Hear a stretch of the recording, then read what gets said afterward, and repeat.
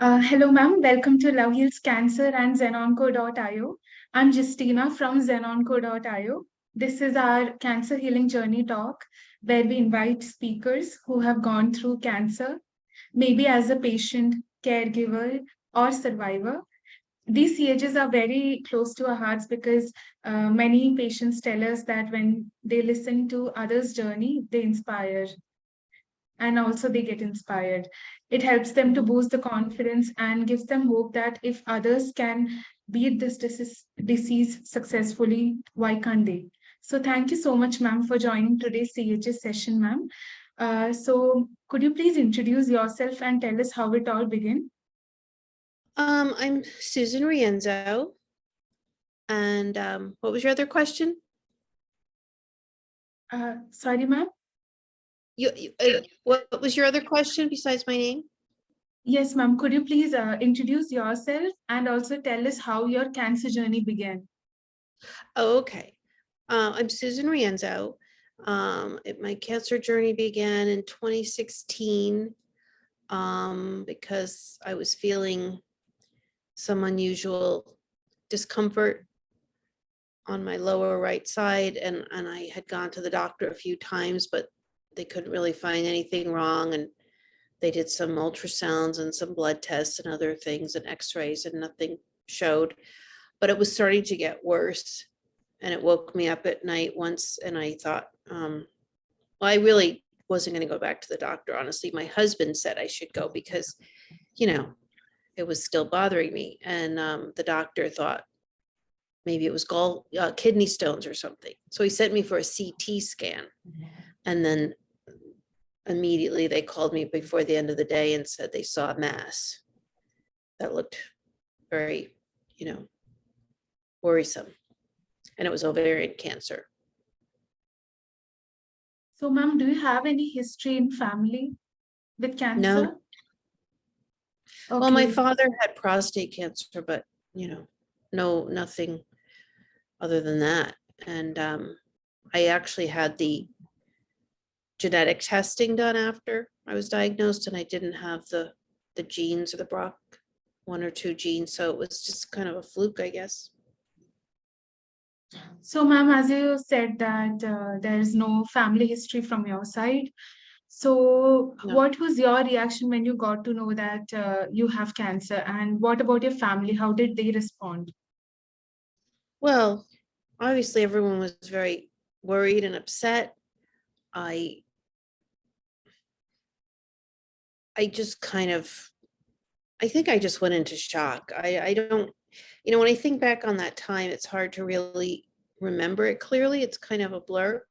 Um, I told my husband first, and um, I just remember that first night we just took a walk outside because we didn't know what else to do. We could just sit and watch TV, and so we just walked. And telling my kids was hard. I have two kids, and at the time I had only one granddaughter. Now I have four, and two more grandchildren on the way. Um, and we had plans. My one daughter was engaged. She was getting married the following year. We had a family trip planned, and, you know, um, it was very alarming, and it looked very bad. It was stage 4, and it presented in an unusual way. So they weren't sure if it was in my liver because it was right up against my liver. Um, but I was referred to an excellent oncologist who only treats ovarian cancer. He doesn't treat any other type of cancer, only, I guess I should say reproductive cancers. And he wanted his own MRI done.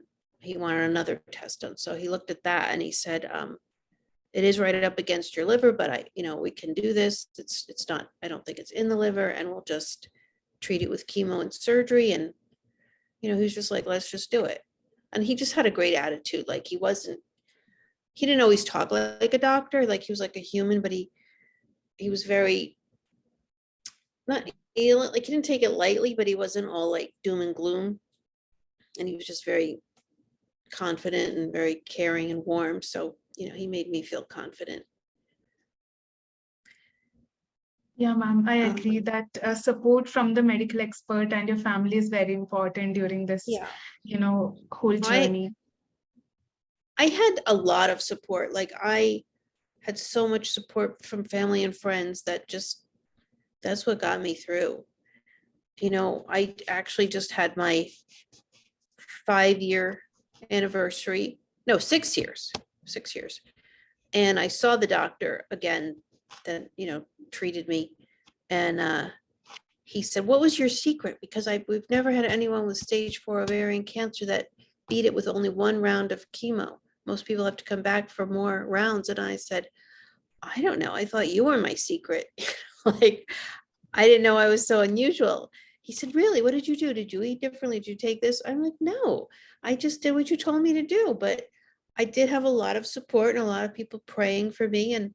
And I really think that did a lot to get me through. And I mean, as soon as I started chemo, I mean, I don't know if you know about ovarian cancer and how they test your blood, but there's an antigen called CA-125 that they test that is supposed to be less than 35. And mine was like 4 or 5,000 when I started. It was so high. And as soon as I started with the chemo, it started dropping dramatically. And so what they wanted to do was shrink it and then go in and surgically remove it and then do more chemo to make sure it was gone. And I told him we had this family trip coming up. This was April. We were going away in beginning of June. And he said, "No, that's fine. We'll do 5 rounds of chemo. You go on your trip, and then when you come back, we'll do the surgery. And then we'll let you rest or recover for a month, then we'll do more chemo." So he actually had to call in a liver specialist because it was right up against my liver, and he had a second backup surgeon. So when I met with the liver specialist, he kind of scared me because he was like, telling me all the things that could go wrong. You could bleed out. This could happen. That could happen. It's very tricky. We have to make sure we're ready. I have to review all the x-rays and everything before we do it. And I walked out of there pretty shaken up because it was a tricky surgery, but it went great. By the time they did the surgery, it was already, they said, kind of liquefied. And I had the surgery. I was in the hospital for 6 days. And then I started chemo again a month later. And I think I did 17 treatments altogether of chemo. And then that was it. Ever since then, it's been good. Not good. I still get my CA-125 tested I was doing it every 3 months. Now it's like every 4 to 6 months. And I was getting exams every 6 months, but now it's once a year. It's good, ma'am, that you finally overcame it, and though it was stage 4, but you have defeated this disease very successfully. So, and you're doing very well. I can see that. Yeah, I'm feeling good, very healthy.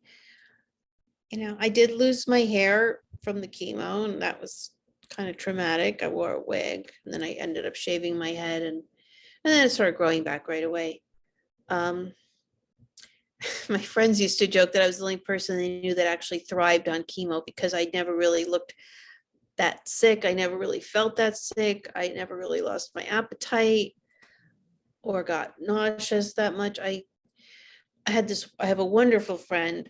Her name's Lauren, and she wanted to take me pretty much every week. She lives like 45 minutes away from me, but she would drive to my house, pick me up. We'd go to chemo. She'd keep me company. Then we'd go to lunch afterwards.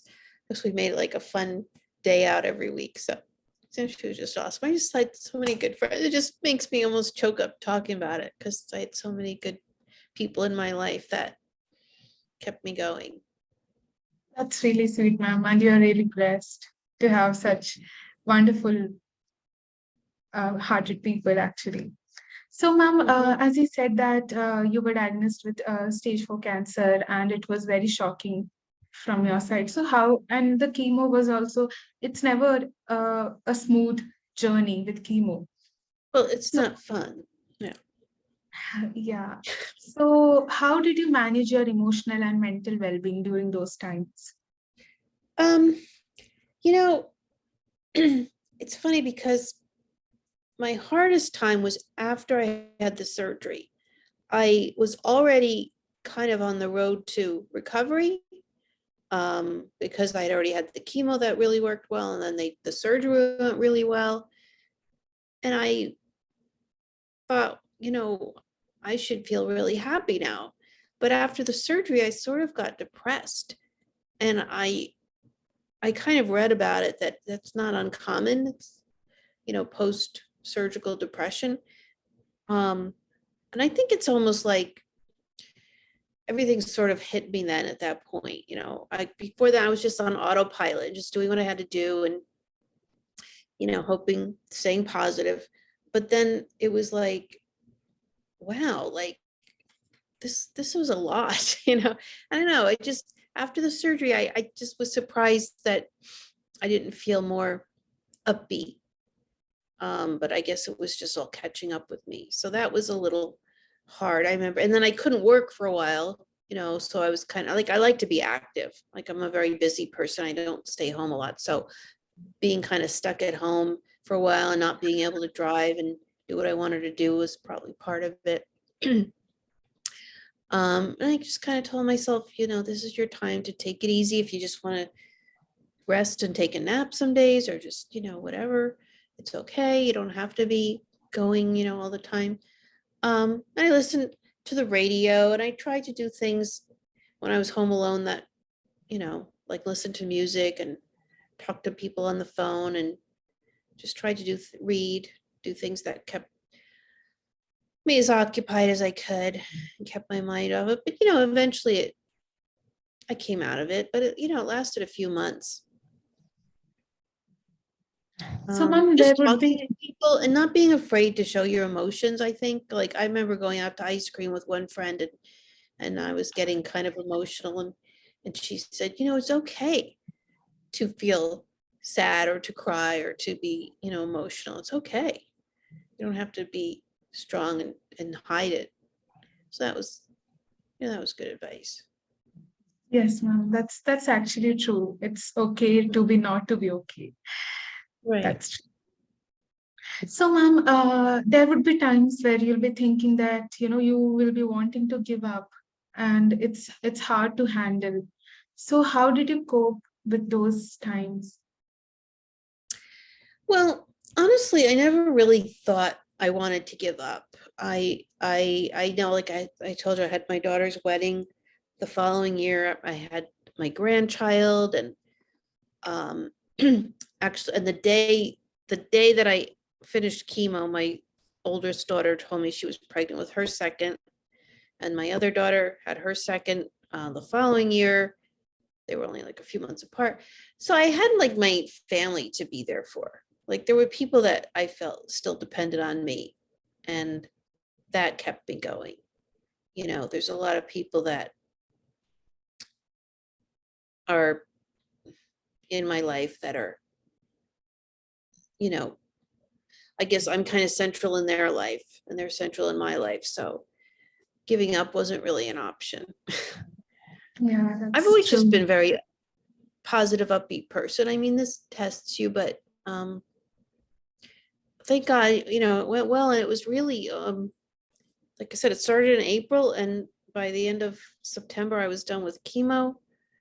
So it was like 6 months. It was a, crazy 6 months, but it was like 6 months out of my life. And then ever since then, it's been going well with my health. So I That's still great, think ma'am. about it. You still worry. You still worry when you feel any kind of little twinge or anything. It brings you back to, how it could have gone a different way. I mean, I was lucky because it was up against my liver. I could feel it. That was causing the discomfort, because your liver's kind of sensitive. If it was not, I might not have felt it until it was, more advanced. Yeah, ma'am, you were very fortunate enough to get diagnosed in the, yeah, as you said, before the stage of getting worsened. And also, you have a lot to see, ma'am. There is great grandchildren, and also, so Yeah. Yeah, ma'am. As you said, there is hope. We should have hope and faith in ourselves to beat any disease. So, just during that journey itself, there would be many changes that might have happened. For example, diet plan and your lifestyle changes. So, what were those changes that you went through during your cancer treatment and you still are following? Well, I mean, I couldn't, as I said, I couldn't be as active. Um, but I didn't really change my lifestyle that much. Like, honestly, I didn't change my diet that much. I was never like, I'm just like a middle of the road eater. Like, I don't eat a lot of junk food or fast food, but I'm not like a vegetarian or somebody who eats super healthy either. So I just kind of kept doing what I was doing. I mean, um, as soon as I was able to get back into working out and doing the things I wanted to do, I did them. So I can't say there was a dramatic change to my lifestyle or my diet. Oh, good to know. So, what would be your three big learnings from this journey? Oh, well, I guess you have to appreciate each day. I mean, we should all know that, but you Yeah. just never know from day to day. Like, I got up that day not thinking anything unusual is going to happen, and by the end of the day, I realized I was dealing with cancer. And taking, responsibility for your health, listening to your body, because I could have just brushed it aside and not really kept pursuing it, because like I did go to the doctor a couple times and they didn't really see anything wrong. So, but I just felt like something wasn't right. Besides the discomfort I was having, there were just weird things. Like, I was more tired. And I remember one morning I woke up and I was so cold, but it wasn't like the kind of cold where you could just put a blanket on. It was like I was cold from the inside. It was just very strange. And it just, felt like something was off. So you have to advocate sometimes for yourself. And I mean, my doctor was good. He kept doing tests, but if he didn't, then I probably would have gone to someone else. So that, and I just guess the power of positive thinking. I really do think that makes a difference. I mean, I am spiritual. I do pray, but it's just not dwelling on the negative, and then letting people, help you, because I'm usually probably more often wanting to be helping other people, but in this case, I needed to let people take care of me. And that helps the people in your life too, because they want to do something and they don't really know what to do. So if they feel like they're doing something to help, that it's a win-win. Yeah, So that's true, ma'am. When you take out and gives the positive energy around, that only gets back to you. So that's really true. And in the cancer journey, also, it's very important to have the accessibility of good medical experts, because it's very hard to get diagnosed with cancer when one has. yeah, So you were very fortunate enough that your I, doctor did multiple I, tests and you got and diagnosed. and then I was very fortunate to find such a good oncologist, and he was like literally right down the street. But I know some women came from other parts of the country just to see him, because he was very, good at what he did. So yeah, I was lucky in a lot of ways. Sure. At first I felt like my body let me down because, I got cancer, but then I felt like, okay, it dropped the ball, but it did what it needed to do to get better, and it responded well to the treatment, and it did everything after that. So I forgave it. Yes, ma'am, I believe that you are now a stronger version of your mentally and physically now. Mhm. So, ma'am, as you have successfully beaten this disease, so what would be one message that you want to give to the caregivers and patients, cancer patients and Oh, caregivers? um, hmm. Well, sometimes I think caregivers, they're always trying to keep people positive, which is good. I mean, you have to do that, but you have to realize that sometimes you have to let them feel what they feel. Because I remember actually when my mother-in-law had cancer, and she was always a very positive person, but and she didn't, last very long when she got cancer, sadly.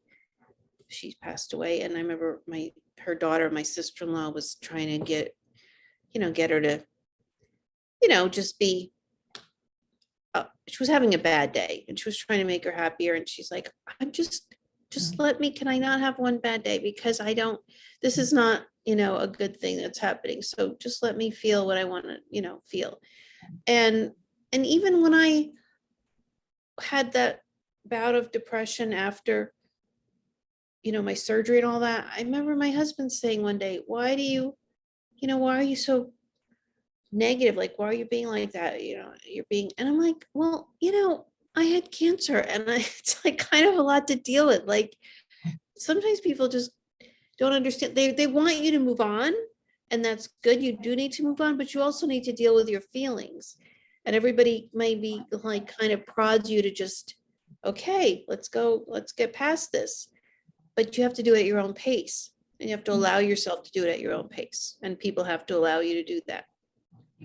I mean, obviously, if someone's deeply depressed or something and they need help, they need to get them help. But that doesn't mean you have to like rush through your feelings either. Yeah, yeah, yeah. And to the patients? Just let people help you. Have faith. And if you don't have confidence in your doctor, then find someone that you feel better about, because you have to believe that they know what to do to make you better. I mean, I think you have to believe it for it to happen. And you can't really fake that. If somebody's just not giving you that feeling like they're sure that of what they're doing, and you agree and it's all going well, then you need to find somebody who does. And listen to what they say. And chemo, I want to say this because a lot of people are afraid of chemo. And I remember right before I started, I was having more symptoms, and the nurse said, "You know what?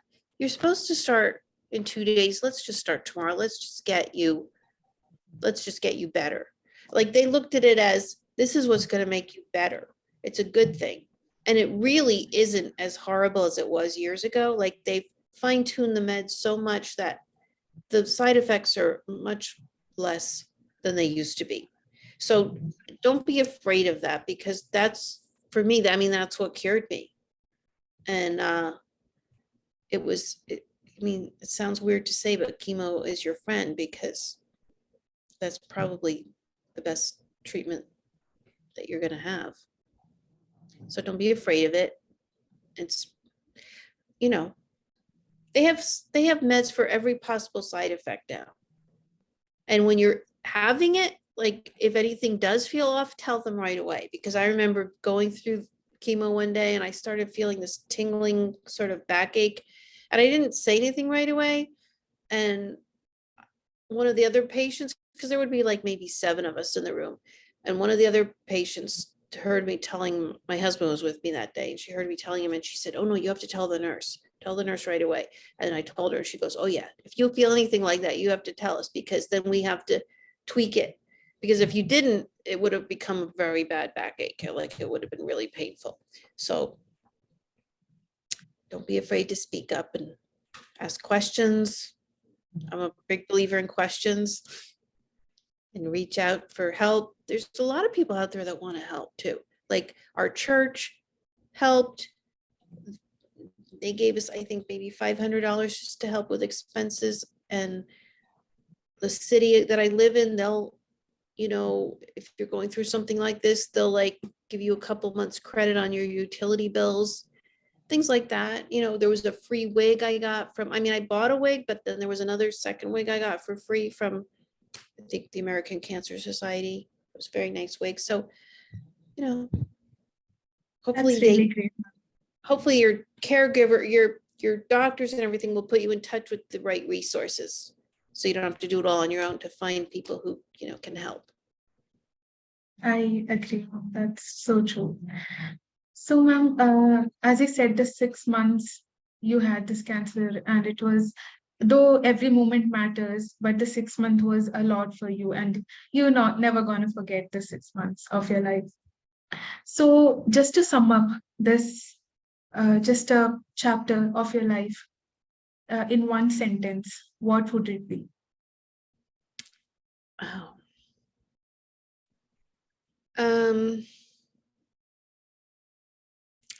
I guess, I mean, this isn't really original, but it's really what doesn't kill you makes you stronger. Like you find you have more strength than you thought maybe when you get through something like this. And then maybe everything else, you know, the typical day-to-day problems don't seem so much to worry about anymore. Nice, ma'am. That's true. So, ma'am, thank you so much, ma'am, for joining today's cancer healing journey talk. You're It welcome. was Thank you great for having listening me. to you. And also, ma'am, it was very inspiring as well. And thank you so much for sharing your experiences. And Well, we I hope wish it you all helps. the very best for Thank your you future so much. endeavors. I just wish the best to everyone out there going through this. I hope it helps someone. It's definitely gonna help, ma'am. Thank you so much, ma'am. Take care. Okay, thank you. Thank Bye-bye. you. Bye.